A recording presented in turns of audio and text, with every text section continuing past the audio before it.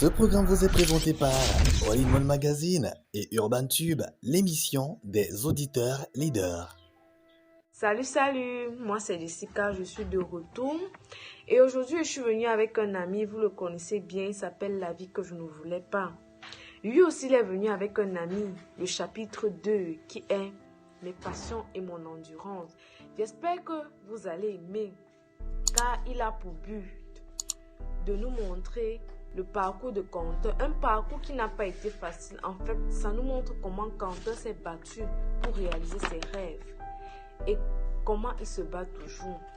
Quentin va jusqu'à mentir à sa famille pour être un chanteur reconnu. Il est forcé de dire qu'il veut l'argent pour des fournitures scolaires et autres. Suivons-le dans ses délires.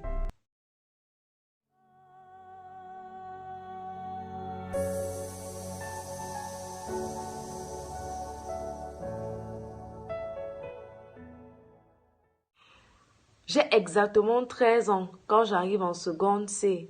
Oui, directement, ça fera penser à l'intello qui aime les maths. Mais loin de là. Je choisis la série C déjà parce que le test psychotechnique, tout comme mes notes de troisième, me le permettait. Et ensuite parce que j'avais les sérieuses attirances dans les domaines liés à l'informatique. J'avais pas d'idée plus précise, mais la technologie en général m'intéressait. Mes amis étaient du genre, mais Zérès, tu vas aller faire quoi en série C?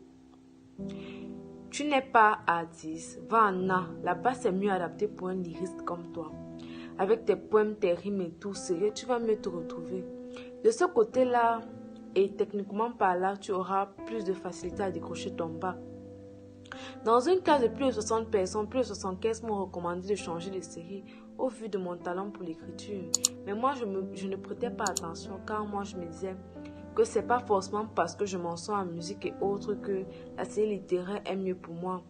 La musique, hormis le fait qu'elle me plaisait tellement, elle gardait tout de même sa place de simple hobby, tandis que mes yeux étaient rivés sur l'informatique, correctif sur l'informatique et la médecine. Depuis, j'oublie de parler de cette médecine-là. En fait, si je rentre encore plus en arrière, j'ai une seule docteur en médecine qui me conseille aussi beaucoup sur la médecine et c'est bien fait. Au fur et à mesure, j'ai donc pris goût et dès lors, j'ai commencé à être partagée entre ces deux passions-là. Mon année de seconde n'a pas été facile en tout cas. Je n'étais vraiment pas bon en mathématiques. Je n'avais vraiment pas de niveau assez pertinent pour m'en sortir. Presque toutes les séquences, j'avais des moyennes en dessous du barème de la moyenne normale pour réussir. Je n'étais pas ce genre d'élève prêt à batailler corps et âme pour réussir. Ce genre d'élève qui se prive de sommeil pour étudier, non.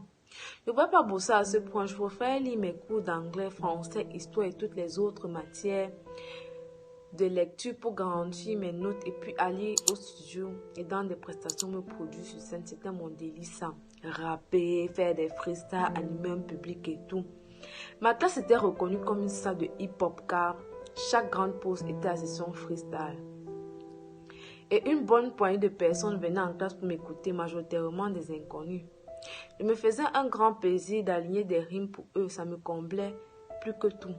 Le souci était le fait que j'étais un artiste indépendant à cette époque-là. Aucun label, aucun souteneur particulier, aucune source de revenus pour gérer ma carrière, alors il fallait souvent que je bataille grave. J'ai trouvé un studio moins cher au quartier où le travail fourni n'était pas vraiment de bonne qualité, mais je me suis lancée avec. En seconde, j'étais déjà assez connue dans mon quartier. Je me disais déjà petit à petit, je vais coloniser Yaoundé, autrement dit la vie tout entière. Contrairement à ce que les artistes aiment tous répéter, moi j'ai pas souffert dans la mesure où je ne mangeais pas assez. Je dormais dans la rue, je voyais haute. Non, ma famille s'occupait et s'occupe toujours bien de moi.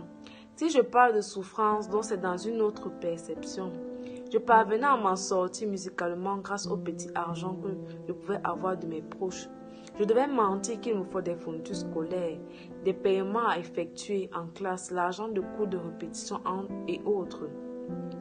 Ma famille n'était pas très d'accord avec ces projets de musique, alors il fallait très souvent que je trouve comment les contourner. Telle était l'une de mes difficultés.